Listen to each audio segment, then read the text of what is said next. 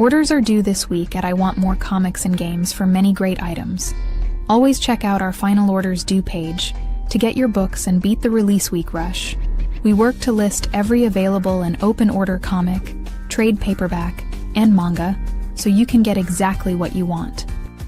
In addition to the normal variants and solid stories, this is the week of #1 issues. Beyond Marvel and DC offerings, Image Comics, X-Posse Holdings, IDW Publishing, Dynamite Entertainment, and more. Plus the return to Vertigo with a new story arc for Nice House by the Sea. Place your order before 6 p.m. Monday night and select from shipping options or in-store pickup. See you at release.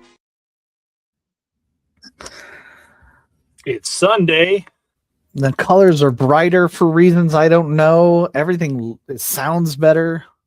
The birds were chirping this morning. I'm not sure. What are you wearing as a shirt? Oh, I don't know. This Bears thing, this old thing, it's fine. It's wonderful. Isn't it a great football Sunday? Great. I'm sure that there are some people who will agree with you out there. I'm not against it, but I'm sure there's also some other people who are maybe fumbling it away. Yeah, I'm sure someone aggressively right now is saying "fly, eagle, fly" or something at me. Yeah, there's a lot of typing on the internet, but that's not us. Yeah, we're not even talking about football today. Nah. Though I could. You could. But we are here for final orders due.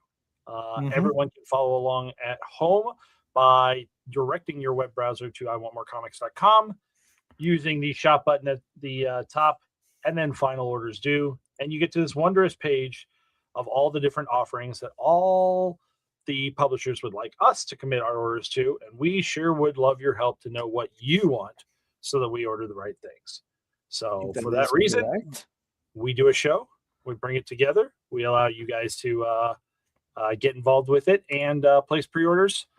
Pre-orders are due by 6 p.m. tomorrow night to lock in your copies, and then plenty of the things are going to be on the rack several weeks from now when we've all forgotten that this show even happened. But this week, the thing that astounded me when I was looking through it was how much new stuff is just out there and offered. It's a lot. I was just burning through it and I was like, oh, dang, that's a good one. Oh, dang, that's a good one. Yeah, I mean, you've got your solid, you've got your solid absolute Batman. We've got Green Lantern and Superman on the list this week. No problem. Everybody knows that stuff's there. But if you are looking for something new to try, something that you've been waiting for your character to come back, it might be now. And even in potential comics, you did not expect them to be in. Oh, yeah, there's that one that definitely takes a little bit of extra highlighting because if you miss out on that, you may be super mad. Lightman, welcome. We are doing well. Richie's on a super high, like it's cocaine, but it's just it's just the best. I really do feel like I was going through and I was like, that's good too. That's good too. Wait a minute. Is it all good or is it just my feeling right now? Yeah, I think you do have some rose-colored glasses right now. We will let you guys decide and we will chat about, let's just start breaking into these new #1s. I have the first one over at Marvel with Fall of the Ultraman #1. Marvel. I did see this book. Yep. Ultraman has been owned by Marvel for a little bit now. They haven't done a ton, but what they have done is really put a lot of love and respect into it. So these have been selling very well, but I would say they are unique to the people that really like Ultraman. I don't know what the Fall of Ultraman might mean, but this is, I think, potentially close to the series that they've been going through. And we're going to go, I think with this one, if you're interested, you should pick it up because I don't think it'll overflow on the new release rack. Big flair there that on writing, Matt Grom and Kyle Higgins. So that's a really something there for that. But it does say at the end is witness the end of the saga, the fall of Ultraman. So this is wrapping up the little mini series, which we have been on break for a little bit. I think that's a creator getting the right creators together for it. That is kind of falling behind and all that. So good to see it wrap up and get here to The fans that need it. Yep. Let's move over to Execution Posse Holdings through Keenspot umbrella. Yes. This is Mad Cafe, and the cool thing with this one is that it has a poly bag with trading card, which has been very, very popular in comic books and collecting. Something else that really is going to stand out about this, that's a Mark Spears cover. Oh, yep. And I didn't even notice that, but you're correct. Yeah, I saw that on ordering. I'm like, oh, well, that's instantly add more to it. Mm-hmm. I've got to get some more of that because we will have fans that chase that around. We've seen Mark Spears get on a cover, and that's just enough to push it there. Absolutely takes it over. Yep. When you've got, just this kindly looking lady and a chainsaw, I mean, already you're going to start to investigate as to what the hell the story's about, right? Agreed. So this one, I think, again, because it's a unique independent, you might want to get on it early, especially with that Mark Spears and the trading card aspect of it. I know a lot of people that are still chasing for Exquisite Corpses, and they're collecting cards, so you want to get ahead of the game on that purchase. Mm-hmm. Absolutely. Staying with independent, we are going to go over to Udon Entertainment. Under Udon, we have Mega Man X or 10. I'm not quite sure which one they're going for there. But this is the new number 1. Mega Man has had a few different, I don't know how to describe them, but they were kind of like mini series that 3-parters kind of building a world. And now this is the ongoing story from Udon that hopefully takes off for them. Like one brought up last week, we did cover that Yan manga. I gotta double check that if we don't have that was for volume 3. If we don't have volume 1 in stock and on the website, then that's something that we've got on reorder. So you can kind of keep an eye out for it. All the art on that series did look beautiful. Mm-hmm. But the Mega Man is a continuation. There have been many of these different one-shots of different timelines of Mega Man. So this is continuing that same type of thing. I believe this is the 3rd. I want to say it's a 3rd or 4th. Yes. Yeah, I think that's there. All right. From there, we can go over to Titan for a new number 1, but this one's actually not going to be till later. This one is we're ordering now because of its foil treatment. So for those that don't know, when comics get foil or the foil treatment, it actually takes longer for them to get through the print run. And they cost a little bit more, but typically they are gorgeous and worth it. So we have Lenore Curse of the Baba Yaga or Bebe Yaga. If you don't know Roman Dirge is Invader Zim and that type of humor, and everything that you love from the cartoon absolutely hits the page too. There's no misses. It is fantastic, and I know it's highly recommended from Sean for people to pick up Lenore. Lenore is always just this non sequitur, just weirdness kind of going on, and like slightly into the horror world, but I always thought of it as just like a super funny, really strange, Wednesday Addams kind of character, like just a small child kind of in the creepiness of the world kind of idea. Lots of fun, and whether you've read any Lenore or not, it has no bearing as to whether you're going to understand what's going on here. It's correct. Not the type of book that, you remember in volume 2 where they turned around and talked about, no, this is, do you remember in volume 2 when they did this one joke about, the puppet? That's all you're going to remember. That's it. Just humorous little one-offs and all this. And so, like you said, we will have the rest of the number 1s. The rest of the number 1s are available on the website here. They're just not on the final order cutoff because we're just this is the only one that's due this week.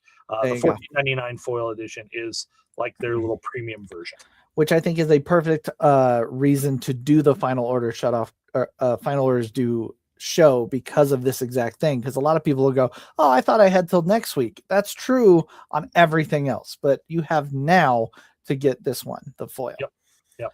All right. I have another one from Antarctic Press, another indie. Would that be the Order of Saint Sophia? This is, yes, the Order of Saint Sophia. This is kind of in the realm of like fighter nun style stories that I want to say Antarctic has put out a couple different versions, and they seem to do very well. So writers Catherine Heel, and could be a really good one, but very independent. So I thought I'd highlight it to make sure people are in the know. Yep, definitely one that can miss a radar pretty easily. Moving up to still independent, but a little more available into IDW. Smile for the Camera drops by Hannah Rose May. It seems like a slasher thriller with meets fashion kind of storytelling. Very creepy. It is from the Smile movie, I believe.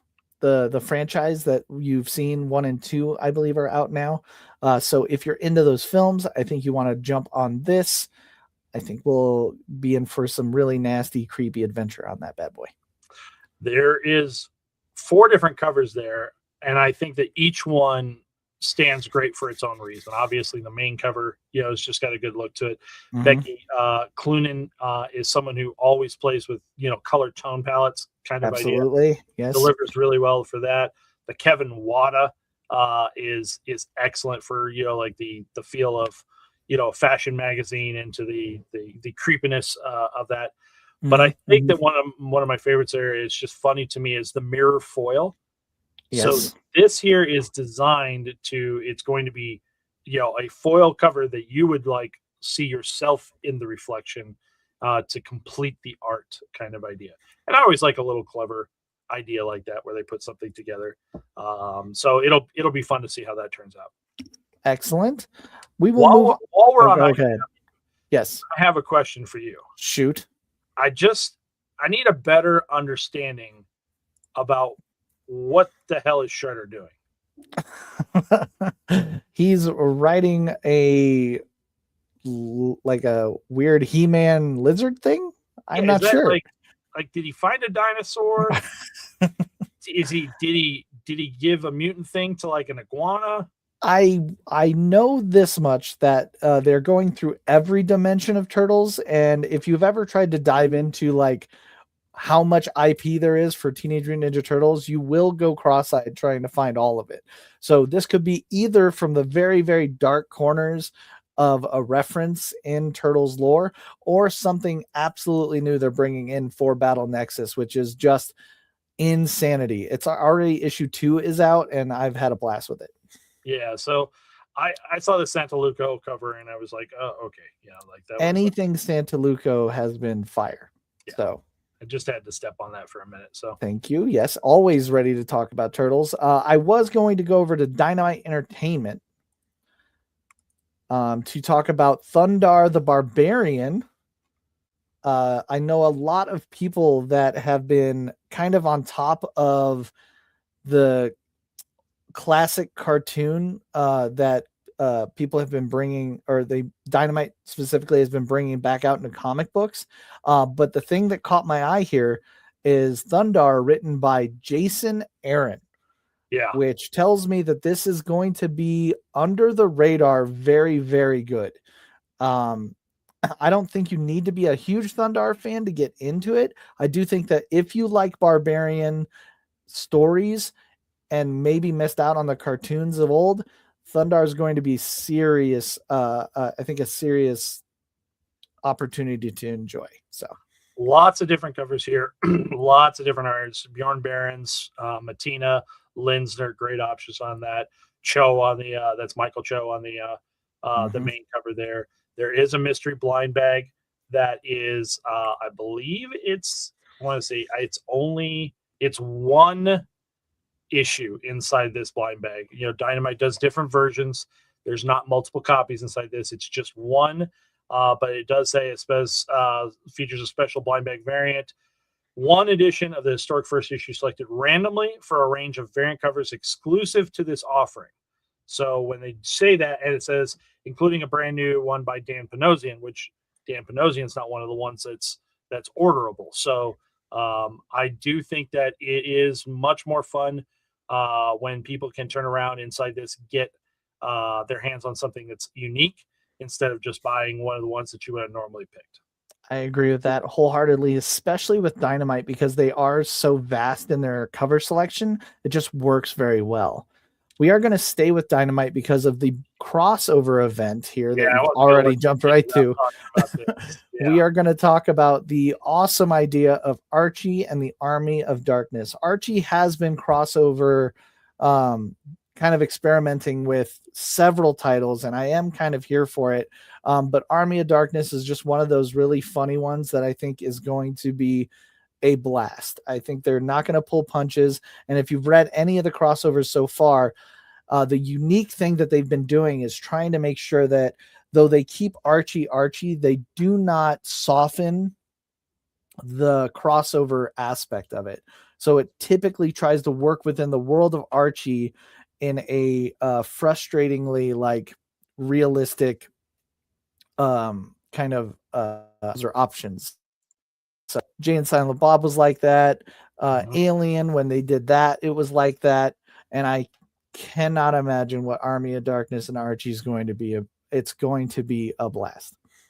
It seems like the Necronomicon's going to visit Rivendell. So, like it's right on par there.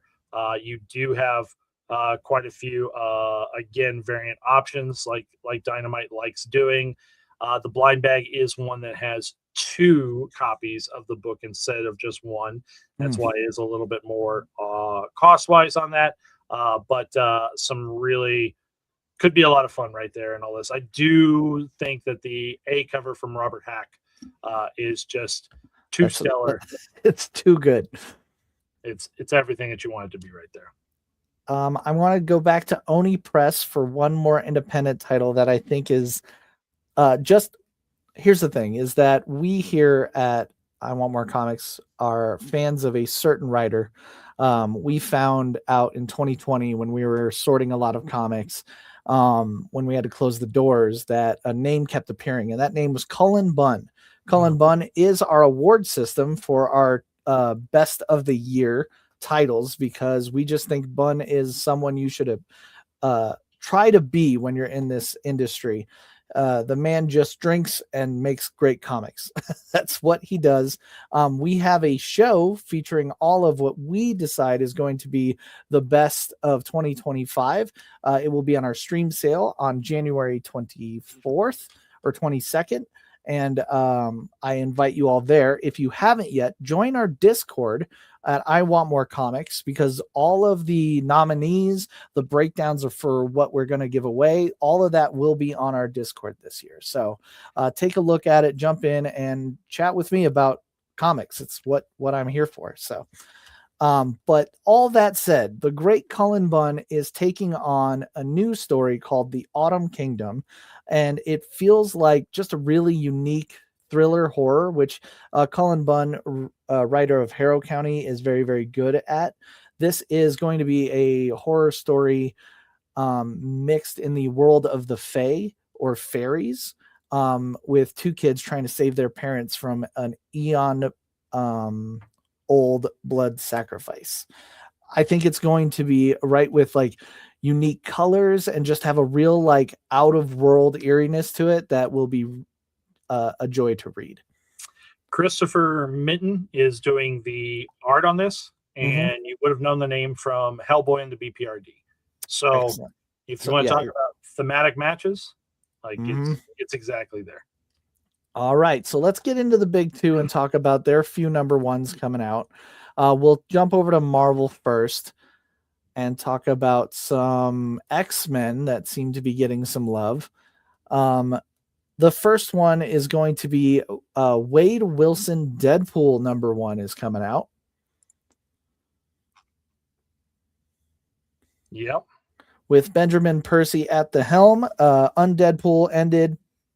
A lot of people really seem to enjoy that, but we are kind of rebooting and resetting the rules of the road for Deadpool with a new series. Crazy amount of quality variants here. Clayton Crane, great. Vincetti, great. David Nakayama gets a red, which makes so much sense with the Deadpool there. Yeah, sure Kind of does. comes out to almost a negative space. Adi Granoff is personal favorite. And I agree with that. You know it's going to be hilarious with whatever Scotty's going to do with Deadpool because he gets to play a tongue-in-cheek character and poke around with that. If you look at the A cover, that is your interior artist, Jeff Shaw, so you can kind of get a little preview of what it's going to look like on the inside as well. Mm-hmm. This, if you like the character, if you have any interest, I have a lot of faith in this book delivering and being, right there. Again, kind of like with the new reset, new direction here, you get an excellent jump on point to where you're not encumbered by what was going on with the story. You can get in and be with it on day one. If you happen to catch the small little trailers that Marvel has releasing for Doomsday, you might have seen a huge character drop out, and everybody's talking about him again. So it's a great time to kick off a new series with Cyclops #1. Cyclops, big guy, obviously huge in the X-Men world. I think he deserves another series. They have been kind of doing these series with the ladies pretty much dominated in 2025, and it feels like we're bringing out a few more characters to just kind of have a little focus and bring in that scope of the X-Men world down to 1 or 2 people. Cyclops is on docket for numero uno. Interesting part there with all of the different variants. 2 of them are stylized in what's going to be his new costume, his current costume there. And then 2 others are very much era specific costumes. You sure are. Yep. That Clayton Crane goes back to all the way classic, not quite to the very first costume, but really kind of his second one, and even X Factor days. And then the Habji here is the most 90s Cyclops that you can ever get with that extra strap across the chest. Absolutely. So you can absolutely be in for what you're looking for there. Speaking of focusing, a lot of my Punisher fans have actually been going through it because they're not sure which Punisher they're following. There's 2 different titles going on at the same time. And well, I got news for you. We got another one coming. 2026 Punisher #1, Benjamin Percy again on the writing duties in a new ongoing story. Right off the bat, they're kicking it off with Jigsaw, and it is going to be a rated R comic book. So it is a very unique. I think Punisher is huge right now, and I think people are looking for it, and I do think an ongoing was the right move here.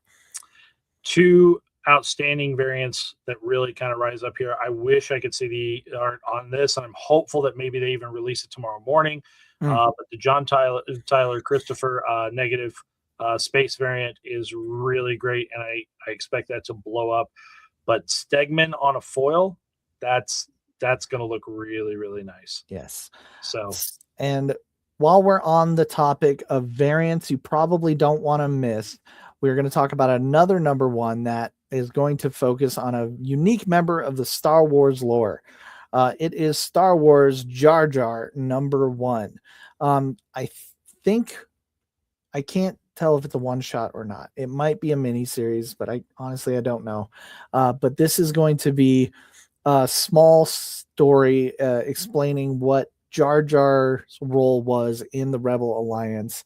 But the unique thing that Keith and I talked about was the variant cover on features Jar Jar, and then the Jedi, Kelleran Beck, who is the voice actor for the original Jar Jar. You would have noticed him in Mandalorian, the series. That's where we were introduced to him. So it's really cool. He's like fandom redemption inside that there, but this is the same actor through the years. Yeah, and both his roles for Star Wars. So definitely one that I think is a little under the radar, but probably a must-have for my Star Wars fans.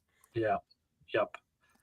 And with that, I think we'll skip over to DC because I'm running out of time. All right. Oh, okay. Go ahead. No. You're going to pass over the variant of the week? I wasn't going to pass over it. I did want to talk about it. I have it on my list, so let's talk about it. So this isn't a variant. That's one. I'm sorry, thing. it's the main cover of the week. That is correct. This thing is all over the internet already. Black Cat 2025 number 7. The reason we should highlight it is because we are going to stock the rack with it, and it will sell out.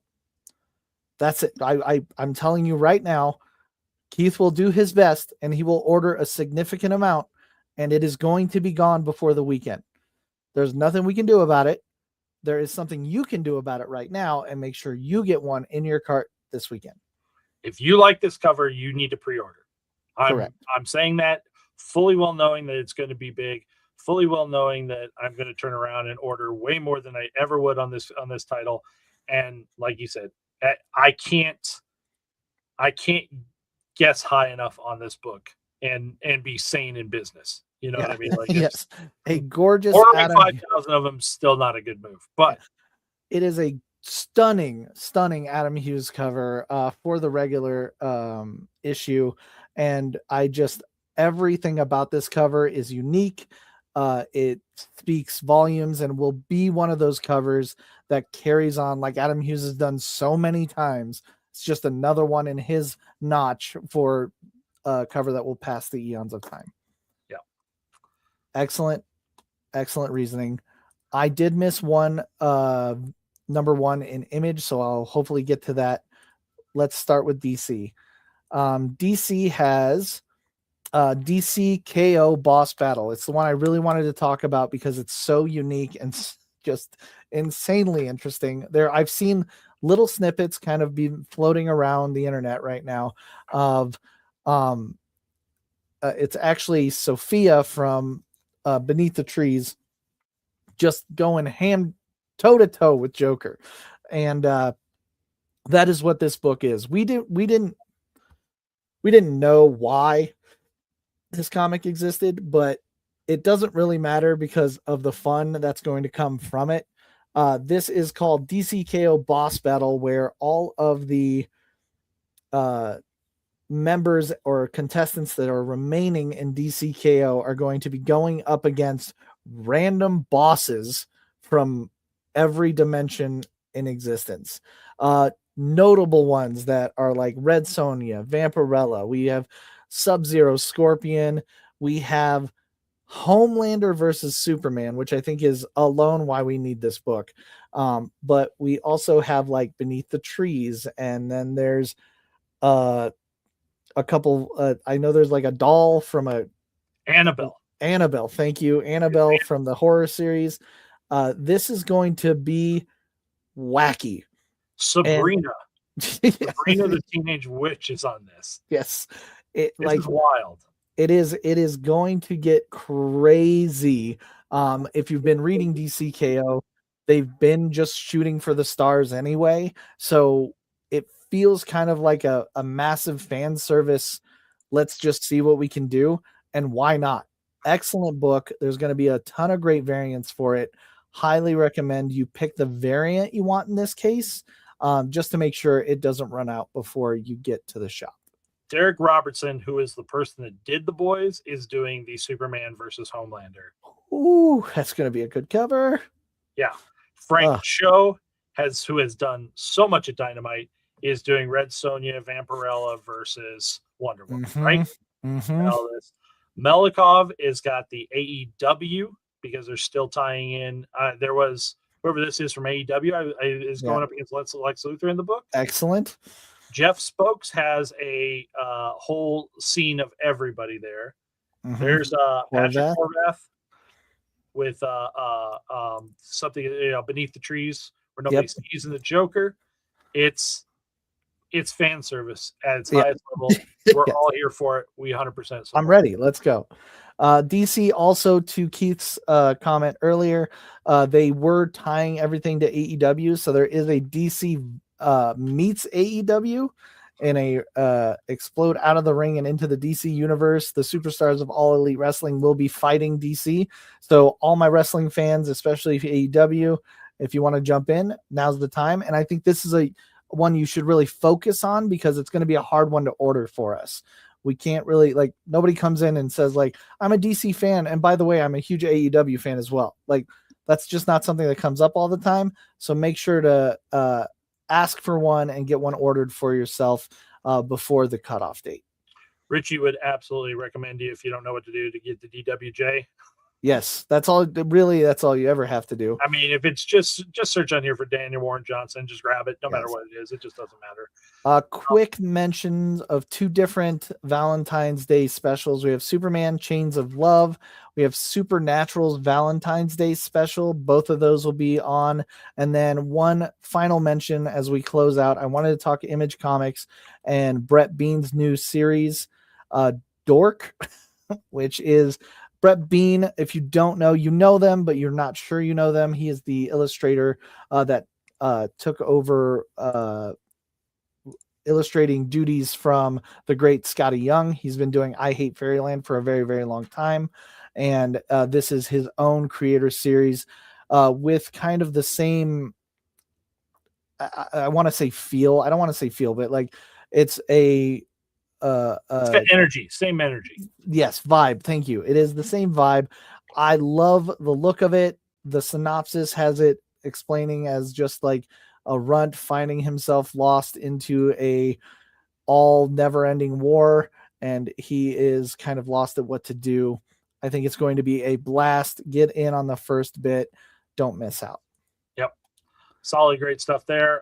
Double check here and look through for any DC had second printings on any KO stuff in case you missed out on anything. They're catching that up so that you can make sure that you're covered on that.